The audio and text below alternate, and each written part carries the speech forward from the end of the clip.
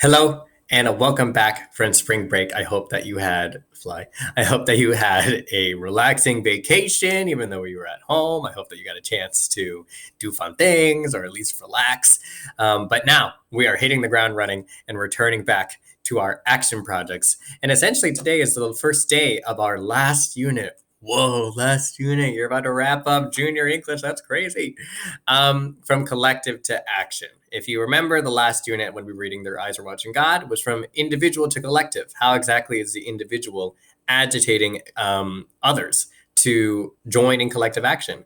And now the focus is, what exactly does that action look like? We have been working towards this moment since day one, contextualizing what exactly it means to take action, for whom are we taking action, why are we taking action, and what are the skills and concepts that we could apply and employ in order to make sure our action is effective. What are the issues that we care about so much that we're going to employ our personal spheres of influence in order to take action on that issue. We've been building up to this moment, this last domain, action, and it'll manifest as, you guessed it, our action projects. So let's take a look at how exactly we're going to be synthesizing these English skills and concepts in social justice concepts. So here are the phases. We're done with issues and goals. We're done with research. So we're jumping into planning. The rest of the phases will take us to the end of the year. This last part, gray bar, yes, reflection, that will be our final. That'll be the last day of this course. Execution, as you already know, has been removed. It is purely hypothetical. There'll be some sort of reflective short piece of short answer questions that you'll write for that single day of hypothetical execution. But you're still not going outside. You're still not shaking hands with strangers. And you're still preparing an action project for a normal world. Let's take a look at the essential questions that'll be guiding us through this unit. Essentially, they're to help us wrap up this year. How can empathy become action? This idea that we were training during our diversity domain, how exactly do we pivot from senses of empathy and concern to senses of responsibility? How do we make other people and ourselves feel like we should do something about problems? How can the individual generate collective change? We took a deep look at this with Martin Luther King and Thoreau. But how exactly does the present individual, the current American voice, generate collective change or work their way up along the pyramid of action and hit mobilization? Okay. How can we wield privilege to create equity? We are all simultaneously with and without privilege. With the privilege that we do have, how can we use that, wield it as a resource and tool in order to better society, right? In order to create equity. And how can ELA, English Language Arts, be made real world to advance social justice? We've been using a lot of these skills and concepts, oftentimes strictly within the context or very much within the context of the text that we're reading. And more recently, we've been able to stretch that to other places. Even as early as literary journalism, we're stretching these skills and concepts to ourselves and to other people. But now we're going to stretch it to our communities, to problems in our society, to actually making change, tangible change, not just tangible learning anymore, but tangible change. How can English be used to make real world change? These are the essential questions for this unit, and we will revisit them at the end of our action projects. So let's talk about this next phase. Let's talk about planning. Jumping over to our Schoology page. All right, so we're in Monday. You are creating a planning organizer, only one per group. You will be completing this as together and at the same time as possible. Okay, so click here to create one.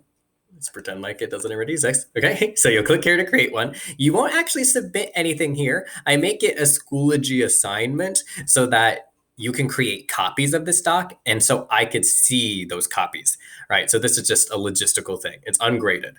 At least the creation of this organizer is ungraded. Okay, here's how to share this doc with your group members if you don't know how to do that. I have a GIF here that pretty clearly explains how to do that if you don't already know. Okay, so you'll create a planning organizer. That'll look like this. Hello. So this organizer will be submitted to mini deadline assignments on Schoology. Essentially, those mini deadlines are so that you can take a snapshot of whatever you had finished by that point in time. that will be a lot easier for you and for me than having to like click through people's individual revision histories. No, thank you. Submitting to Schoology will convert it to a Docker PDF and therefore freeze it in time, right? It won't be submitting a live Google Doc. Okay, so here are the different parts of planning. It'll be step by step is essentially the only thing that we're doing this week. For today, your mini deadline is to finish the revised goal and to establish evidence of the goal achieved. I'll explain that in a second. But before I do, once you're done with that, all you got to do is click this link. It's here. It's also in Schoology. Come on, load. There we go. Yes, it's also in Schoology in our, excuse me. I got to fix that. It will be in our upcoming column. I thought, yeah, it says right here. Weird. Let me refresh. Maybe it'll show up. Yeah, there we go. Yes, so the mini deadlines will be in our upcoming column over here, right? So you'll submit there. And if you need help submitting this Google Drive file, I have directions here. Only one person from your group needs to submit it, which is fine because the first thing you're going to do is tell me what your issue is again and tell me who's in your group. I'll figure it out. Okay.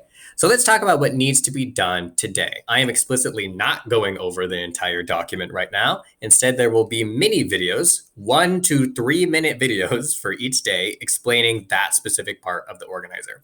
So I'm going to explain just the part for today, the revised goal and the evidence of goal achieved. They're super simple. It's why I put them today.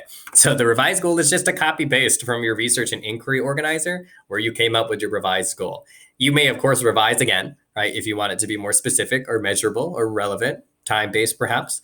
You can do that. I just need you to copy paste at least your revised goal.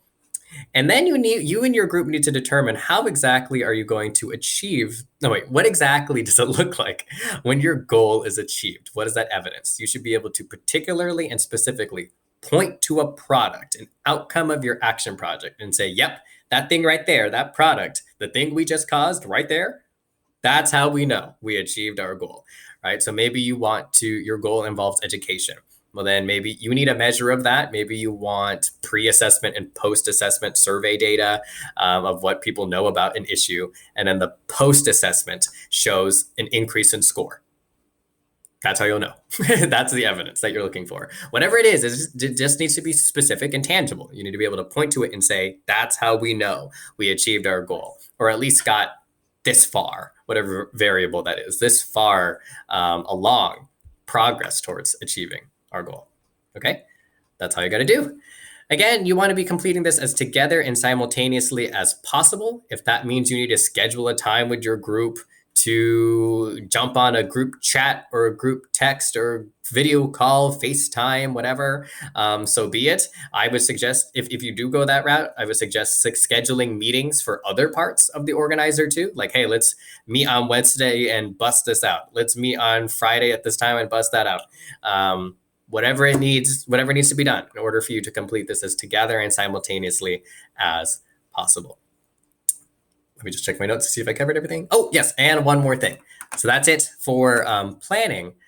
Over the next 2 weeks, I would like to meet with you again for a 15-minute meeting. It is required. So you have until next Friday, May 1st to meet with me. All you got to do is click this little buddy here. And then it'll open up this app called Calendly. I found it over spring break. It's pretty cool. You would choose a day, any day from today to, next Friday, May 1st. You click any day. You text your group members saying, hey, we all free Wednesday, April 22nd? Yes. What time? Let's say 10:45. And then that'll be your meeting time. And we'll finish within 15 minutes. Okay. So you could confirm that time. You'll write your own name here. You'll write the group of your names of your group members there. And then you'll be able to see where you end up on the calendar of all the action project meetings. So this is every meeting I'm holding ever, even with the sophomores, right? So that you might want to look at this if you want to see something more visual as to, what times are open and which are closed. It's messy right now. Boop. Yeah. Right now, I just have places where I'm busy, right? So that means you can't schedule meetings during these times. But this will grow. It'll become more developed as other people start to schedule their own meetings as well. Okay. I'll give you reminders. You have until next Friday to schedule this 15-minute meeting with me. Alrighty. I think. Yep, that's everything. Alrighty. Welcome back again from spring break. I'll see you in the next mini video. See ya.